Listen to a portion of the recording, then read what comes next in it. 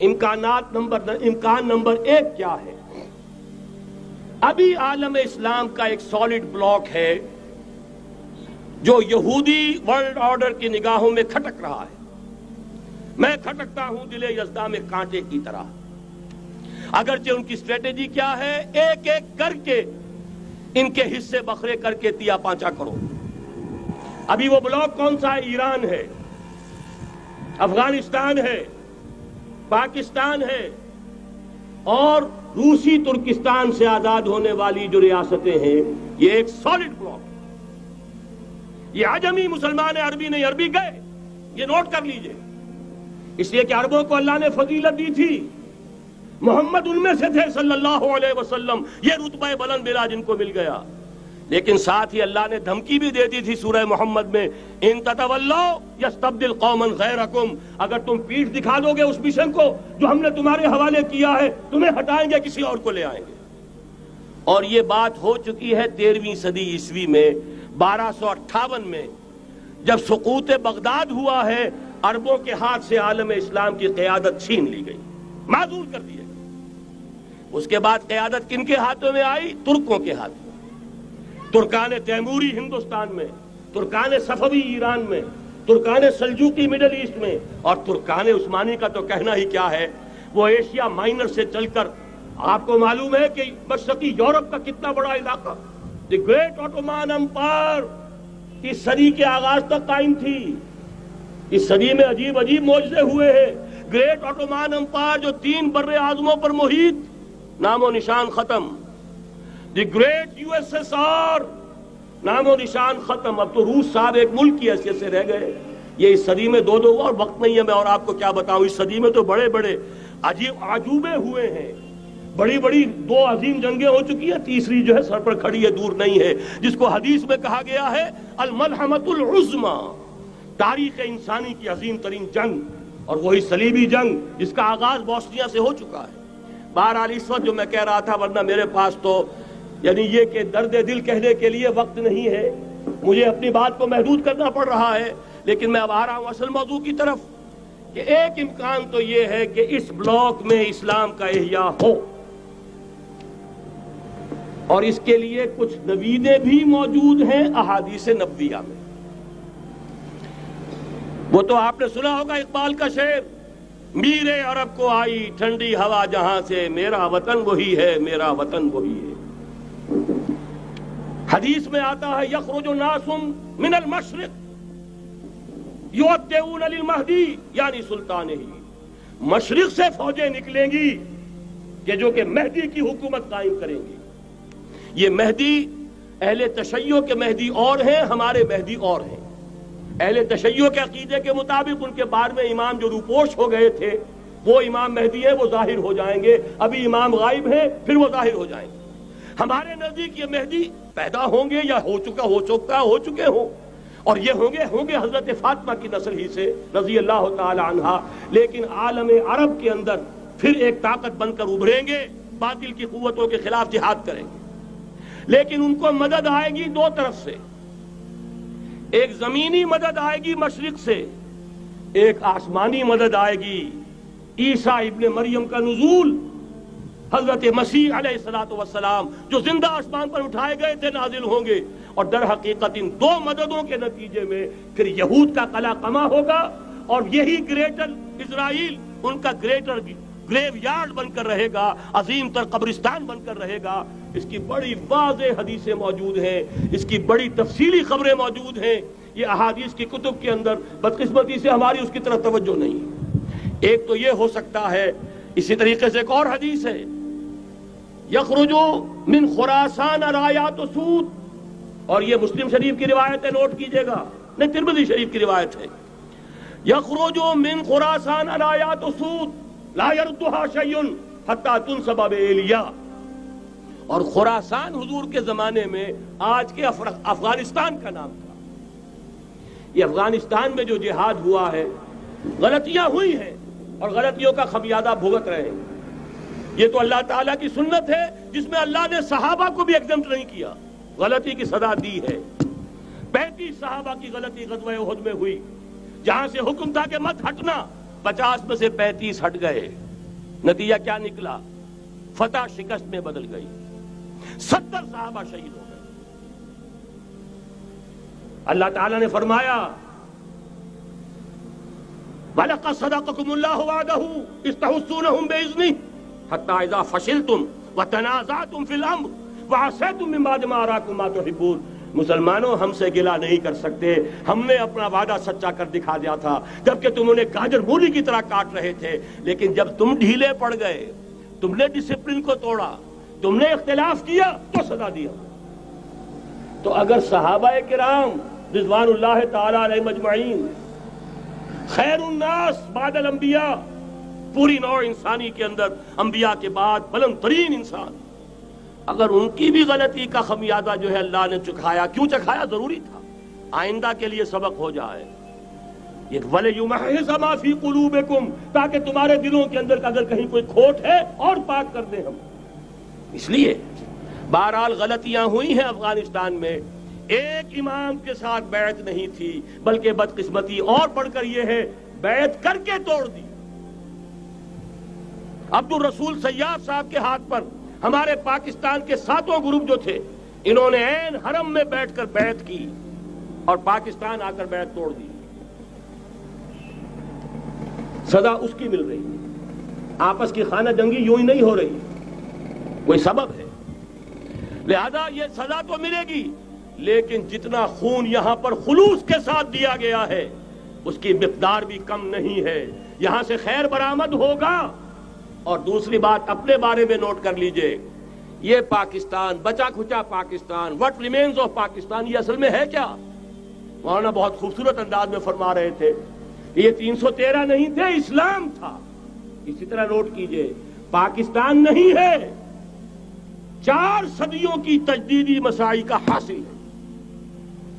آپ نے کبھی نوٹ کیا ختم نبوت کے بعد اب سب سے اونچا منصب کس کا ہے؟ مجددین۔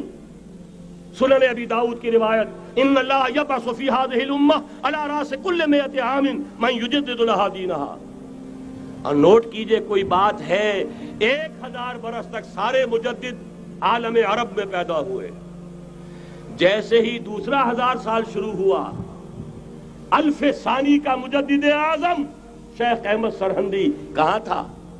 صنم خانہ ہند میں حاضر ہوا۔ میں شیخ مجدد کی لحد پر، وہ خاک کے ہے زیر فلک مطلع انوار، گردن نہ جھکی جس کی جہانگیر کے آگے، جس کے نفس گرم سے ہے گرمی اعراض وہ۔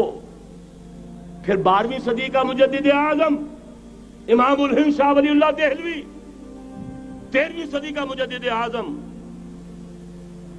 سید احمد بریلوی، اس کے خون کا امین اور اس کے ساتھ کے شہداء کے خون کا امین، ان کے جسموں کا امین آپ کا خطہ ہزارہ، آپ کا خطہ سوات، اس میں ان کی جانیں ہیں جو دی گئی ہیں۔ اور وہ نہایت میں آپ سے عرض کر دوں، دور صحابہ کے بعد اتنا خالص اسلامی جہاد پوری مسلمان تاریخ میں نہیں ملے گا جتنا وہ تحریک شہیدین کا تھا۔ 14ویں صدی ہجری میں شیخ الہند جیسا مجاہد اعظم کہ انگریز نے گرفتار کر کے قید بھی کیا ہے، تو کہاں؟ ہندوستان میں نہیں، کہاں؟ جزیرہ سائرس، کیا نام تھا؟ بالٹا، جزیرہ مالٹا بحر روم میں۔ اقبال کے نفس سے ہے لالے کی آگ تیز، ایسے غزل سرا کو چمن سے نکال دو۔ کہیں ہندوستان کی کسی جیل میں ہوا تو شاید اس کے نفس کی گرمی ہی سے کوئی حرارت پیدا ہو جائے۔ اور اسی صدی میں 14ویں صدی ہجری میں اقبال جیسا مفکر، اسی 14ویں صدی ہجری میں مودودی جیسا مصنف، اسی 14ویں صدی ہجری میں مولانا الیاس جیسا مبلغ رحمہم اللہ، عظیم شخصیتیں آج پورے عالم اسلام میں آپ کو تبلیغی دوست ملیں گے۔ یہ کہاں سے شروع ہوئی تحریک؟ دہلی کی ایک چھوٹی سی مسجد سے، وہ مسجد بنگلے والی اب تو بڑی عالیشان ہو گئی ہے، جب وہاں شروع ہوا تھا کام بڑی چھوٹی سی مسجد۔ یہ سارے کام یہاں کیوں ہوئے؟ پورا عالم اسلام آزاد ہوا، کہیں نعرہ اسلام کا نہیں لگا، کہیں عرب قومیت پر، کہیں کسی اور عصبیت پر تحریکیں چلی ہیں، صرف تحریک پاکستان تھی کہ پاکستان کا مطلب کیا؟ لا الہ الا اللہ۔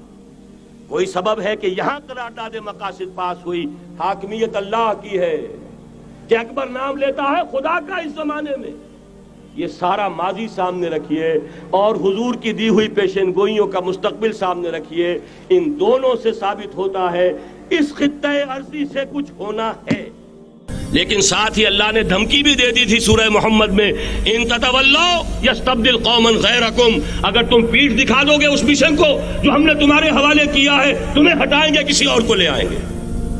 اور یہ بات ہو چکی ہے 13ویں صدی عیسوی میں، 1258 میں جب سقوط بغداد ہوا ہے، عربوں کے ہاتھ سے عالم اسلام کی قیادت چھین لی گئی، معزول کر دیا۔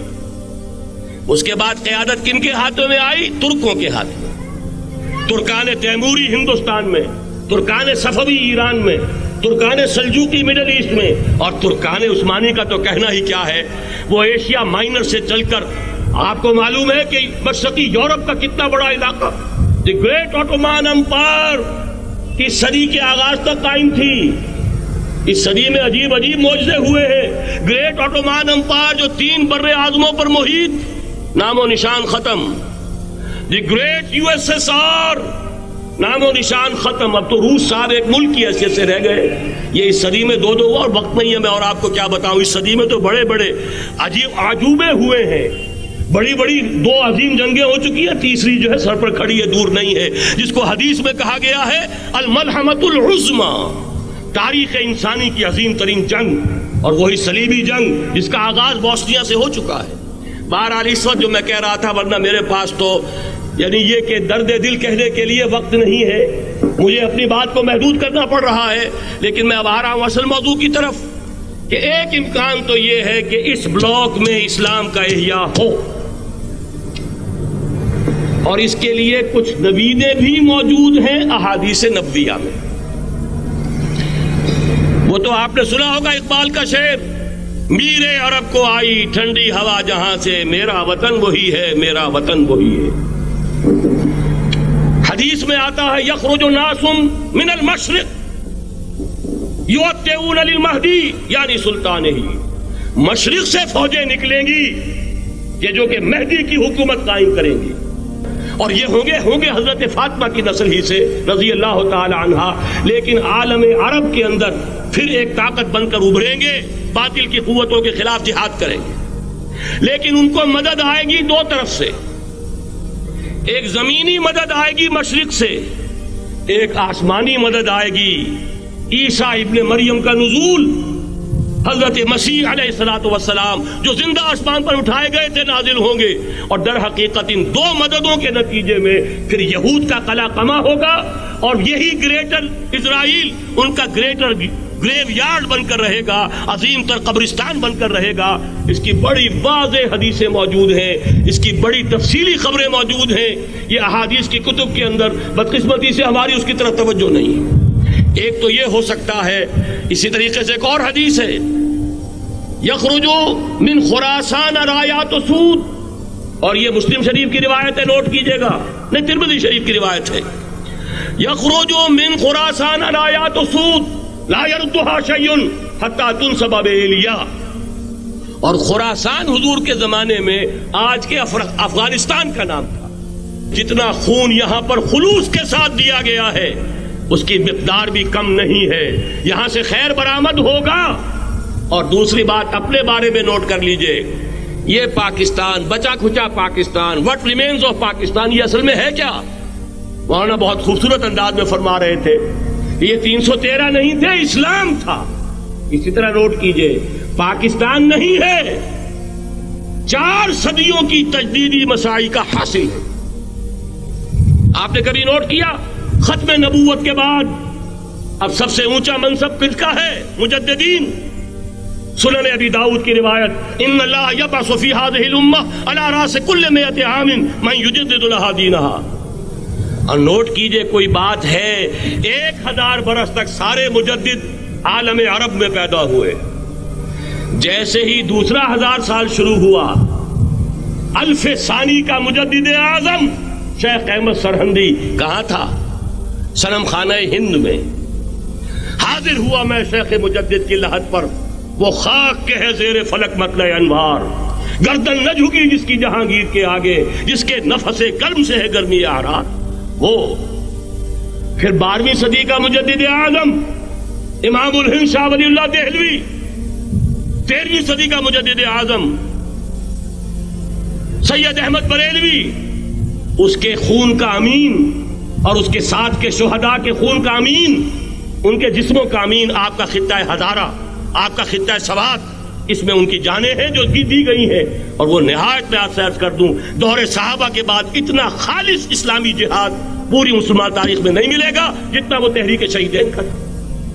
14ویں صدی ہجری میں شیخ الہند جیسا مجاہد اعظم کہ انگریز نے گرفتار کر کے قید بھی کیا ہے، تو کہاں ہندوستان میں نہیں، کہاں جزیرہ سائرس، کیا نام تھا، مالٹا، جزیرہ مالٹا بحر روم میں اقبال کے نفس سے ہے لالے کی آگ تیز، ایسے غزل سرا کو چمن سے نکال دو. کہیں ہندوستان کی کسی جیل میں ہوا تو شاید اس کے نفس کی گرمی ہی سے کوئی حرارت پیدا ہو جائے. اور اسی صدی میں 14ویں صدی ہجری میں اقبال جیسا مفکر، اسی 14ویں صدی ہجری میں مودودی جیسا مصنف، اسی 14ویں صدی ہجری میں مولانا الیاس جیسا مبلغ رحمہم اللہ، عظیم شخصیتیں آج پورے عالم اسلام میں آپ کو تبلیغی دوست ملیں گے. یہ کہاں سے شروع ہوئی تحریک؟ دہلی کی ایک چھوٹی سی مسجد سے. وہ مسجد بنگلے والی اب تو بڑی عالیشان ہو گئی ہے، جب وہاں شروع ہوا تھا کام بڑی چھوٹی سی مسجد. یہ سارے کام یہاں کیوں ہوئے؟ پورا عالم اسلام آزاد ہوا، کہیں نعرہ اسلام کا نہیں لگا، کہیں عرب قومیت پر، کہیں کسی اور عصبیت پر تحریکیں چلی ہیں. صرف تحریک پاکستان تھی کہ پاکستان کا مطلب کیا، لا الہ الا اللہ. کوئی سبب ہے کہ یہاں قرارداد مقاصد پاس ہوئی، حاکمیت اللہ کی ہے کہ اکبر نام لیتا ہے خدا کا اس زمانے میں. یہ سارا ماضی سامنے رکھیے اور حضور کی دی ہوئی پیشین گوئیوں کا مستقبل سامنے رکھیے. ان دونوں سے ثابت ہوتا ہے اس خطہ ارضی سے کچھ ہونا ہے.